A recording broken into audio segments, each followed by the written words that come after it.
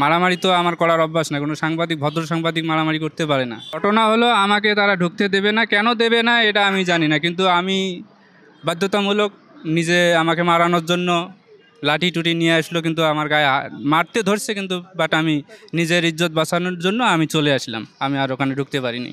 না, ওনাকে চিনতে পারি নাই, তবে অনেক পুরনো দিন থেকে অনেক বছর ধরে আমি মনে করি এখানে আসি না। তো আজকে আসলাম, অনেক কাজ ছিল, আমার ক্লাবে কাজ ছিল, ক্লাবেও ওই রকম এই তো খারাপ ব্যাপারগুলো, এটা তো গাদ্দারিগুলো। এখন আমি কি করব, আমি তো একা এখানে। মারামারি তো আমার করার অভ্যাস না, কোনো সাংবাদিক, ভদ্র সাংবাদিক মারামারি করতে পারে না। আমাকে ঢুকতে না দেওয়ায় এটা আমি মানে অনেকটা কষ্ট মনে করছি। শাস্তি এখন বাংলাদেশ সরকার, এখন তো জানেন যে উপদেষ্টার আওতে বাংলাদেশ সরকার চলছে। আমি এর উপযুক্ত শাস্তি ওই আইনের মাধ্যমে চাই। ওই যারা কর্মকর্তা আছে, সেনাবাহিনী আছে, পুলিশ ফোর্স আছে, এরা যা করবে তাই।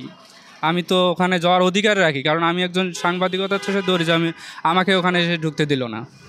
এই হলো আমার অভিযোগ। করব কি না সেটা আমি ভেবে দেখব, কারণ যদি মানুষেরও তো ভুল হয়, যদি আমাকে তারা ক্ষমা দিকের যে আমাদের ভুল হয়েছে, তাহলে আমি এটা মাফ করবো, নয়তো আমি এটার একটা অ্যাকশন নেব।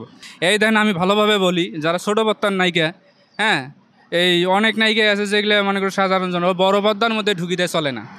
যেমন শাকিব খান এক ধাঁচে চলতেছে, কিন্তু এক ধাঁচে চললেও জনগণ কোনটা ভালো লাগে না লাগে না, আমরা সিনেমা প্রেমিক মানুষ তো আমরা বুঝতে পারি, নিজেও একজন প্রযোজক হওয়ারও অভিজ্ঞতা রাখি। তা মূলত হলো ভিতরে অবৈধ কোনো কর্মকাণ্ড কিছুতেই চলবে না। আর এখানে শিল্পকলা থাকবে, পৃথিবীর যতদিন আছে শিল্পকলা থাকবে। ভদ্র টাইপের হলে ইসলামের দিক দিয়ে হোক, সুন্দরভাবে একটা আমার তো মনে হয় বর্তমান যে পরিস্থিতি, তাতে একটু হয়তো বা থাকতেও পারে, আমি পুরোপুরি কনফিউজ না।